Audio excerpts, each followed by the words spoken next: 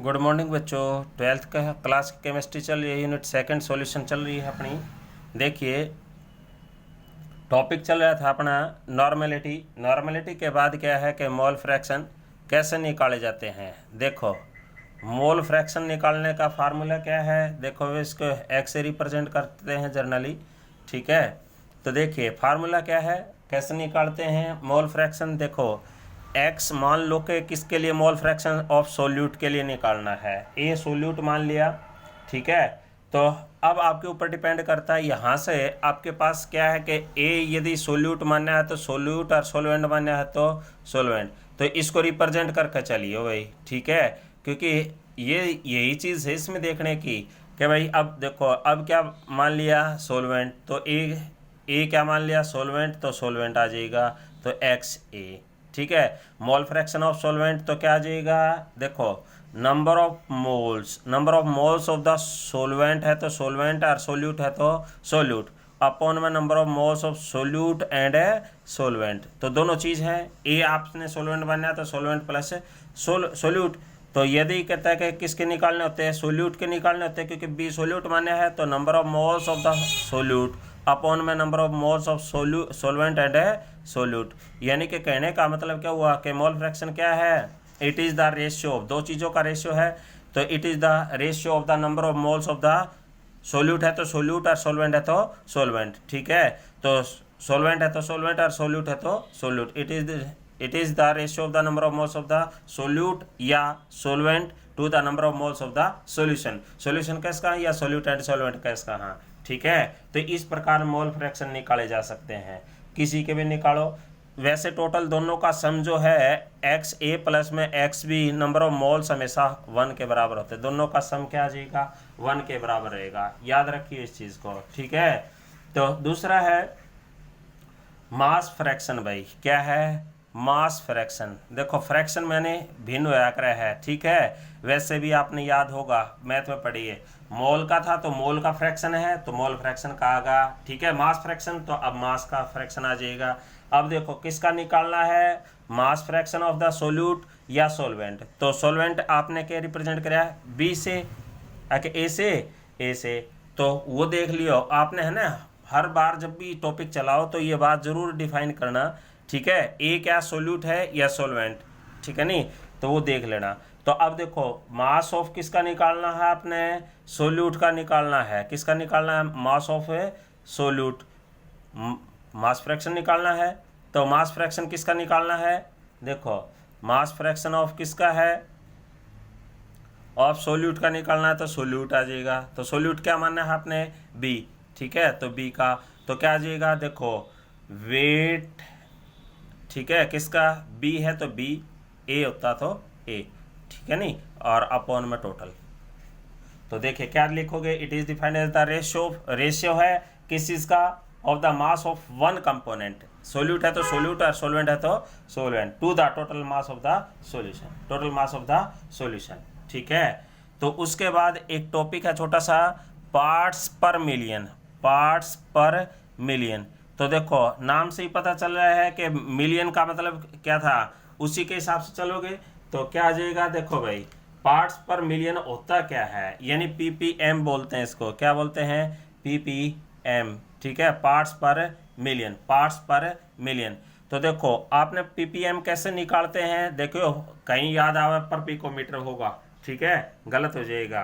तो देखो parts per million, it is defined as the, देखो फार्मूला बनाया, मास ऑफ क्या है सोल्यूट है तो सोल्यूट और सोलवेंट है तो सोलवेंट, ठीक है, मास of the solution, mass of solution. वैसे जनरली हम सोल्यूट का ही निकालते हैं मल्टीप्लाई में, देखो परसेंटेज होता तो परसेंटेज था तो 100 से, और मिलियन है तो मिलियन, ठीक, जितना जो भी लिखा गया है वही लिख दो। तो it is defined as the क्या आ जाएगा मास, देखो किसी के अकॉर्डिंग भी निकालना हो आपने, number of parts of the solute है तो सोल्यूट, सोलवेंट है तो सोलवेंट, ठीक है। तो बाई वॉल्यूम भी कैसे कहा, बाई मास भी कैसे कहा, क्योंकि इसमें कुछ नहीं कहा, ठीक है, ऑफ वन कंपोनेंट पर मिलियन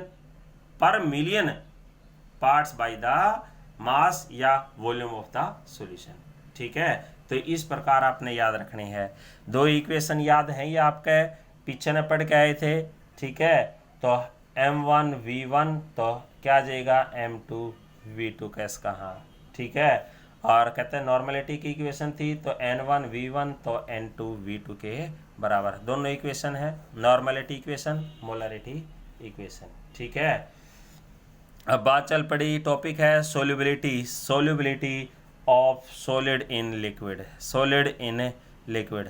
तो अब आपने ये पढ़ा है ही क्या कि भाई सॉलिड सब्सटेंस जो है वो लिक्विड के अंदर डिजोल्व किए जा सकते हैं, किए जा सकते हैं, ठीक है। तो कितने किए जा सकते हैं, तो आपने यूँ पढ़ रखा है कि भाई जैसे अब पानी होता है अपने पास, ठीक है, तो अब उस पानी के अंदर कितने ग्राम हम क्या डिजोल्व कर सकते हैं, तो उसकी जो अमाउंट होगी, उसकी जो अमाउंट होगी वो क्या कहला कर रहा है, सोल्युबिलिटी कहला कर उस सब्सटेंस की, क्योंकि आपने पढ़ा है, ठीक है नहीं, पहले भी पढ़ के आए हैं ये चीज़ कि भाई अब जैसे पानी लिया आपने 100 ml ले लिया, ठीक है, इसके अंदर कितने ग्राम हम क्या है शुगर डिजोल्व कर सकते हैं, नमक डिजोल्व कर सकते हैं, ठीक है, तो वो उसकी क्या कहलाती है, solubility of solid in a liquid. तो क्या कहोगे, it is the maximum amount of the solid, it is the maximum amount of the solid which can dissolve in a solvent case का, इन ए लिक्विड कैस का, to form a saturated solution, ठीक है। तो याद रखोगे solubility क्या है, तो सोल्युबिलिटी,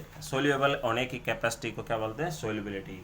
आप कहते हैं सोल्युबिलिटी जो है किस किस फैक्टर के ऊपर काम करती है, कौन कौन से फैक्टर के ऊपर अफेक्ट करते हैं, तो सोल्युबिलिटी कहते हैं कि फैक्टर अफेक्टिंग कि कौन कौन से फैक्टर हैं जो अफेक्ट करते हैं, affecting the solubility of A solid in liquid में, ठीक है, इन ए लिक्विड। कहते हैं लिक्विड में जब सॉलिड को डिजोल्व किया जा सकता है, करते हैं, तो उस समय कौन कौन से फैक्टर उसको अफेक्ट करते हैं। सबसे पहला भाई नेचर की बात है, ठीक है, nature of solute and solvent. तो आपने ये पढ़ा था, तो दोनों का नेचर सेम होना चाहिए, ठीक है, तो दोनों का नेचर सेम होगा तो अच्छे से डिजोल्व होगा। तो एक प्रिंसिपल था like dissolve like principle, like dissolve like a principle, like dissolve like a principle, ठीक है, याद रखियो, उसके अकॉर्डिंग हम इसको बढ़िया डिफाइन करते हैं। तो प्रिंसिपल का नाम है like dissolve like principle. According to this principle, इस प्रिंसिपल के अकॉर्डिंग ये बताएगा जो पोलर सोल्यूट है, polar solute dissolve in, polar solute dissolve in polar solvent. किस में डिजोल्व हो जाएगा, पोलर सोलवेंट में। किस में डिजोल्व होगा, पोलर सोलवेंट। तो देखो भाई, यानी कि एक आधा एक्सेप्शनल भी होता है, वो तो अलग बात है। नॉन पोलर, इसी प्रिंसिपल के अकॉर्डिंग कहता है कि non polar solute dissolve in a non polar solvent, ठीक है। एक्सेप्शनल केस चलते हैं, जैसे शुगर है वो क्या है, नॉन पोलर, और जबकि वाटर क्या है, पोलर, तो अच्छे से डिजोल्व होता है। तो ये कोई बात नहीं, एक आधा एक्सेप्शनल भी याद करना है आपने, ठीक है।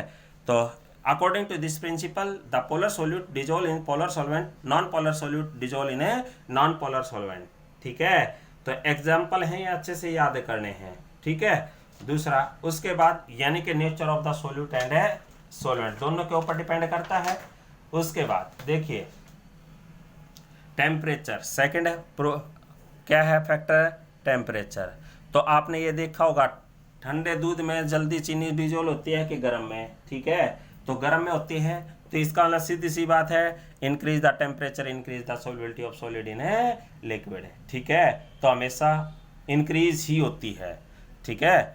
उसके बाद दो प्रकार की होती है, एक तो क्या है एंडो और एक एक्सोथर्मिक, ठीक है।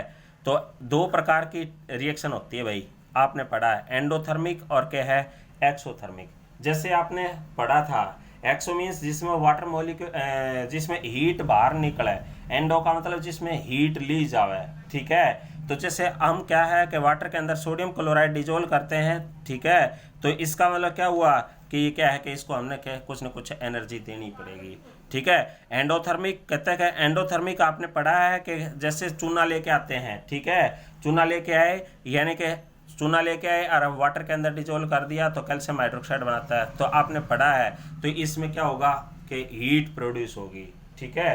तो दोनों केस में लेकिन सॉल्युबिलिटी इंक्रीज होती है, ठीक है।